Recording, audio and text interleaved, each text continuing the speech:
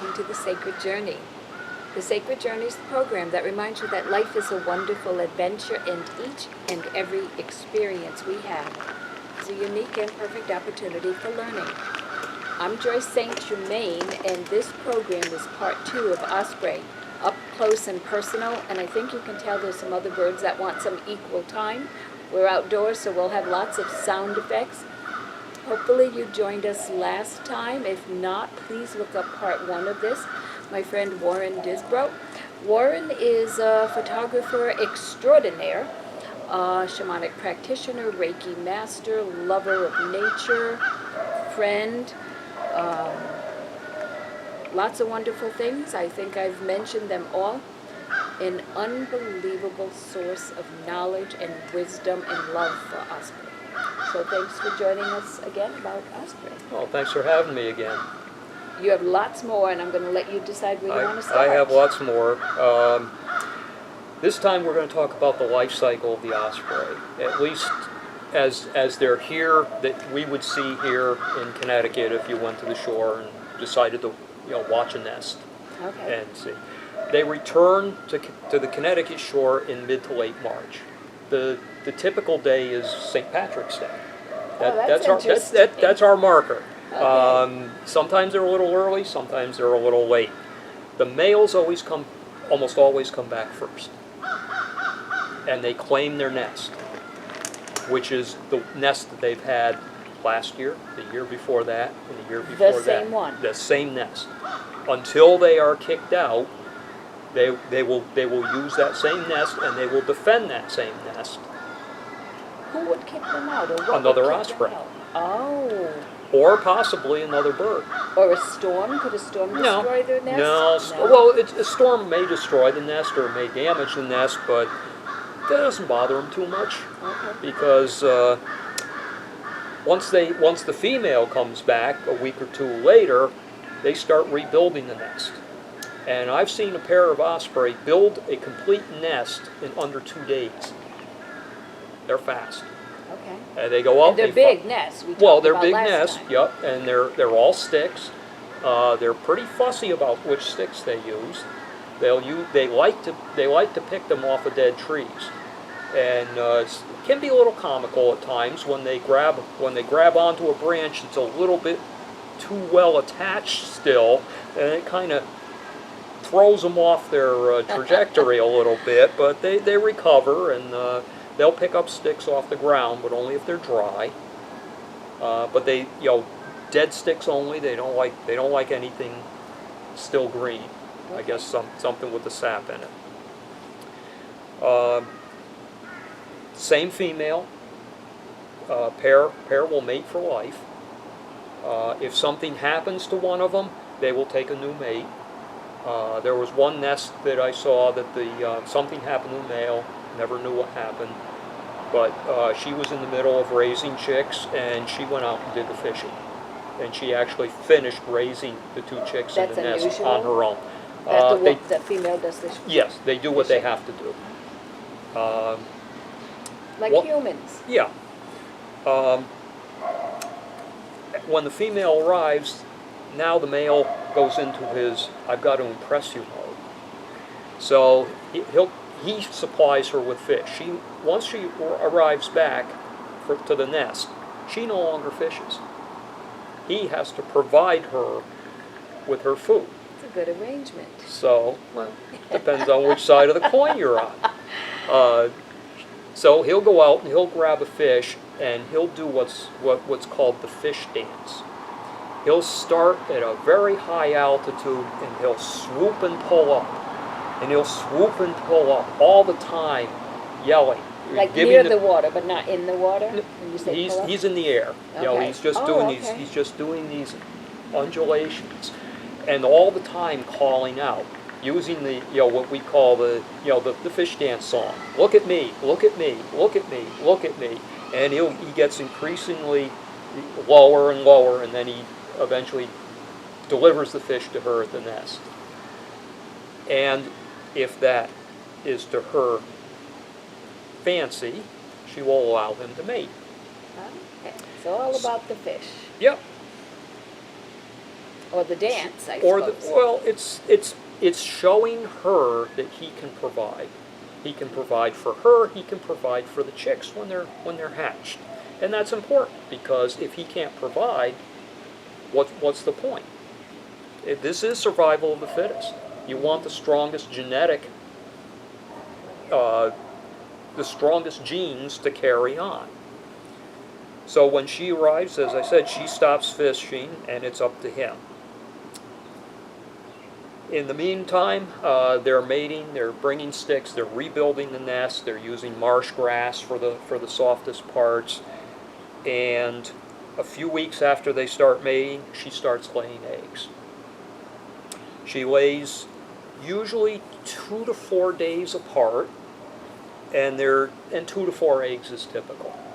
I'd say 2 to 3 is probably closer to the average. One is rare. 4 is rare on the high end. They share incubation. Although it's primarily the female, the male does do his share of incubation. And that's a little bit different than eagles and some other birds of prey, where the female is on the nest and she just leaves once or twice a day for 5 or 10 minutes. Nope. Osprey, male will come in, he'll give her half of the fish, and she'll grab the fish and she'll go. And he'll come back and he'll sit in the nest and he'll cozy down on the eggs and he'll stay there for up to an hour. She eats her fish, she goes, takes a bath, cleans, preens the feathers, gets herself all prettied up, and then she'll come back to the nest and take over. And they will do that several times during the day, not just a couple times. Now, you don't know this from reading, you know this from observing. Oh, this is observation. From observing, which is one nest that I've watched for many years, the male actually seems to enjoy incubating, to the point where the female came back, and she's trying to get him moving. This is my job. Get off the nest, and he wouldn't go. Oh He my wouldn't gosh. budge. She pecked him in the back a couple of times. He still wouldn't go. She finally got him to stand up, and she body checked him like a hockey player, and he right off the side of the nest. And so then she scooted. That's my job, not yours.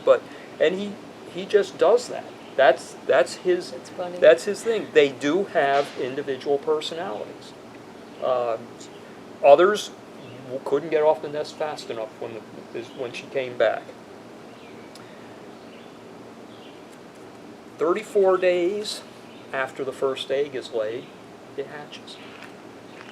And you've got a tiny little velociraptor.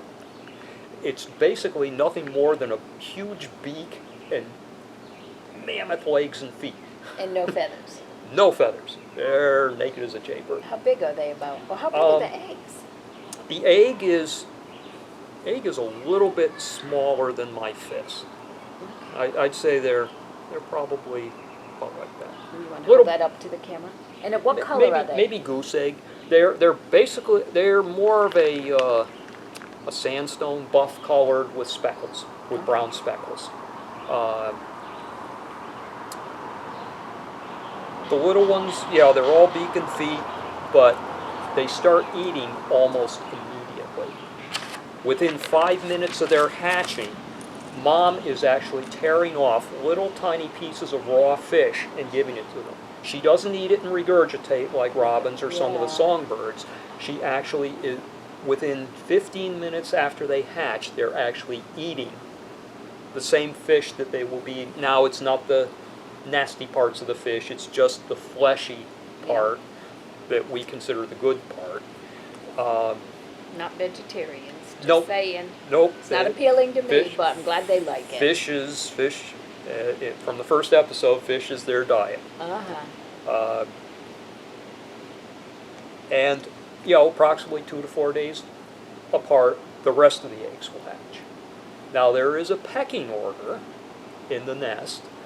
Mom always feeds the oldest one first until it's full. Once it's full, she'll go to the next one. Does she decide when it's full, or does the baby The decide? baby, the chick decides when it's I've full. had enough. You can see the crop gets huge. It gets really engorged, and you can see they start getting a little wobbly, and then they pretty much fall over. When they're real young, they just kind of fall over in the nest, and yep, he's full. Right. Go on to the next one.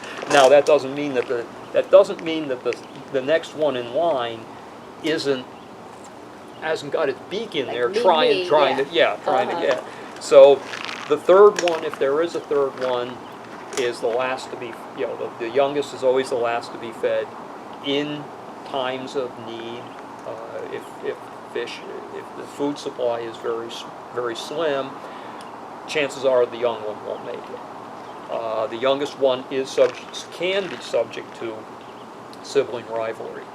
I've seen the oldest one that has actually pecked at the head of the youngest one and killed him. It's nature. I know, it's We still don't- sad, but it's We nature. don't know, again, survival of the fittest and the strongest.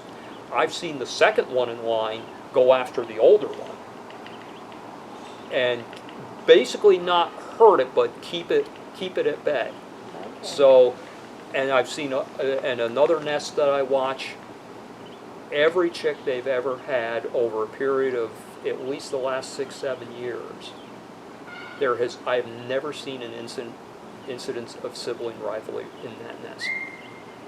All those chicks are perfectly well behaved. They mind they respect the order. They all get their food, and there's no That's rivalry good at all. parenting, right? Whatever it is, yep. something's working there. Yep. And as I said, they have individual personalities. Each chick will, you can kind of tell which one's which. Very easy to tell in the early stages which one's which by the size. As they get older, well, I'll get into that in a second. How many nests do you watch in a given year? I usually try to watch 3 or 4. Regularly. Regularly. Now, I went to see it once a season. You watch. I which watch. is how you've learned. Two nests in particular, I probably have spent 100 hours a year watching. Little ones grow fast. This is mid-July as we're doing this. So by this time of year, they're almost as big as the adults. They're at least 2/3 the size of an adult. They're starting to get their first round of feathers they're born in March? No, they're actually they come 34. back in St. They Patrick's come Day. back in March, Okay. so that they're laying eggs usually in early April, so 34 days after that. So they're hatching early mid-May. Okay. And by now they're getting big. Mid-July they're getting big. They're almost as big as the adults. This also is increasing the pressure on the male to provide food, because he's got to provide food not only for the female, not only for mom, but 1, 2, or 3, or maybe even 4 chicks. By early August, the young are eating on their own. They're at the nest. They can't fly yet, but they will take the fish when it's delivered, and they will rip it and eat it themselves. The nest is big enough for Oh, all yeah. of them grown? Oh yeah, Okay. yeah. It's with 3 of them, it's starting to get a little crowded, especially I'm if mom thinking. in there too. But even though they haven't flown yet, they're starting to get. They've gotten their flight feathers, and they're starting to flap, and they're developing their flying skills. They're doing what's known as helicoptering, where they just flap and they lift up off the nest and they come back down again. And then one day, while you're watching them helicopter and go up and down, and all of a sudden they stop, walks over the edge of the nest, and it just falls off. And that's the first flight. Ah. I have Nobody had, pushes them? no, Adults no, don't push? no. Oh. They do it on their own when the time. They may have the adult may encourage them, but they do it on their own. And I've had the privilege to witness approximately 6 Wow. young make their first flight. Have you watched one not make it, or no? No. They're always ready? They're So far. when they go, they're always ready. And the easiest way to tell is if they're still helicoptering, they haven't flown yet. Because as soon as they take their first flight, they don't helicopter anymore. Oh, okay. And I photographed one in particular. I think it was the first one I saw fledged. It'll stay with me forever, because he came to check me out. On his first flight? On his first flight, he came off What the an nest and he honor. circled around and he came right over and he was looking at me and looking at the camera. Well, he had seen me since he was hatched. That's He had an seen me amazing there, story. twice a week. for, you know, for a couple of months. And you're sharing some of your photos at the end of Yeah. our show, so. Yeah. So, I mean, it's such an honor to see them take their first flight. It's such a, I can only imagine what the thrill is. All of a sudden now their world just got big. Their world was the nest. All of a Yeah. sudden, it's infinite. And to see them fly around, and then they'll fly for a couple of minutes, and then they land somewhere. Not always And back at the nest. not always they'll back at the land nest. They elsewhere, land okay. somewhere because they don't have the stamina yet. And you can see the chest moving in and out as they're out of breath. For 5 minutes they're panting away. But yet, and a few days later, the next one will do the same thing. Always in the morning. Really? Always early in the morning. Usually, if they haven't taken that leap by 8 or 9 o'clock, come back the next day. Repeat again where people can watch the cams, the webcams. Webcams are, you can link it through Meeks Point Nature Center, Hammonasset. MEIG. Yep. Okay. It's the state-run, or I don't know who runs it. I think it might be an independent group. Okay. They're in Hammonasset. They're the nature center there, and they've got a website, and you can link to the cameras there. Okay. So soon, they've taken their first flight. But they still go back to the nest for food. Shortly after that, Mom leaves. She's headed south. Her job is done. They're flying, and Dad's bringing food, so she doesn't have to feed them anymore. Her job's done. She's gone. Now they're flying, and it's in their DNA to catch their food. People say the male sticks around and teaches them to fish, but studies have shown young ospreys without a male influence still know how to fish. They can still fish, they can still survive. So Dad may be teaching them some tricks or maybe refining them, but it's in their genes. They know how to catch fish. So once they're catching fish on their own, by the end of August, early September, the males are heading south as well. And they leave the new osprey to fish on their own. Whether they're male or female Yep. offspring? Yep, doesn't matter what offspring there is. They leave them, and they stick around to hone their fishing skills and build up their flying muscles, because they got to make it to South America. And they do go year one. And they do go. Yep. They're less than 6 months old, and they make that first flight, that first migration. Now, is there any evidence that shows they connect with their parents, their biological parents? Not in South America, because the male and female, the females tend to spend the winter in the northern part of the continent. The males tend to spend the winters in the middle of the continent. So the males and females are apart in South America. There was a young osprey named Belle, subject of a children's book, written by one of the researchers, and Belle had a telemetry tracking device put on him. Turned out to be him. They thought it was a her. Turned out to be him. So Belle turned out to be Bill. Yeah. Before he fledged, and that first year, on his first migration south, he spent 48 hours over open water in the Atlantic without landing. They're not ducks. They can't, even though they dive for fish and they go into the water 3 feet, they don't float on the surface for very long. They get waterlogged. So it's not like a duck where you could just decide to pull over and sit it out on a wave. This bird flew for 48 straight. Would they find a boat or a ship and stay on Possibly. it? They could if there was one available, but telemetry showed that this bird did not stop. Wow. Now, subsequent migrations, he took the usual route along the coast. Okay. So we learned. Good, yeah. By mid-October, most of them are gone. The young will spend 1.5 years in South America. They don't come back the next spring. So they'll spend the full another year down there and But come the back. adults come back. The adults come back, yeah. So, as my shirt says, live life like an osprey. Live large, hold tight to your dreams, take others under your wing, cherish your mate, seek new perspectives, keep an eye out for opportunities, and my favorite, dive in. So advice from an osprey. Fantastic. I'm going to see how much time we have left, and we've got 2 minutes. So once again, I will thank you for joining us, for sharing your wisdom, and I'll ask you, is there anything you want to be sure that our viewers take back with them from show 1 and or 2, or combined, however? I guess just pretty much, I'll just say the same, similar thoughts to what I had at the end of the first show. It's part of nature.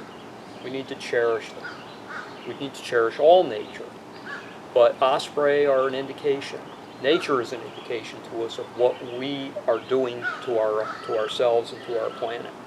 They're the first ones that sometimes that feel the effects. And in shamanism, we honor and respect and work in partnership. And there's no better way of honoring and respecting than learning about any animal. And you have shown such love and respect and reverence for the life of Osprey. I can't thank you enough. We've talked about this for years. I'm so glad we got it to work out. Thank you, Warren. Thank you for having me. It's been a pleasure. Oh, it's been my pleasure and honor. And thank you so much. I hope you enjoyed this as much as I did. Thanks for joining us on the Sacred Journey. We'll catch you next time. Contact info for Warren will be scrolling through in just a little while, as will some photos.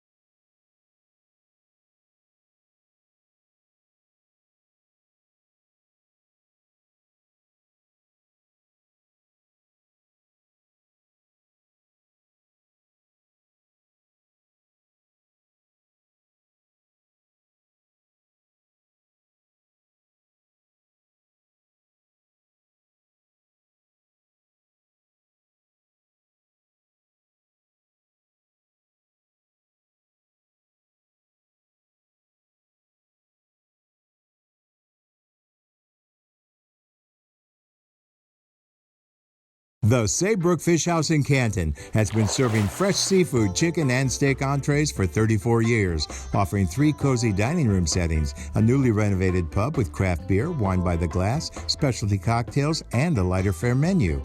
Open for lunch and dinner 7 days a week. Reservations accepted for parties of 2 to 42, and gift certificates are also available. The Saybrook Fish House, nestled at the crossroads of Route 44, 202, and 179 in Canton.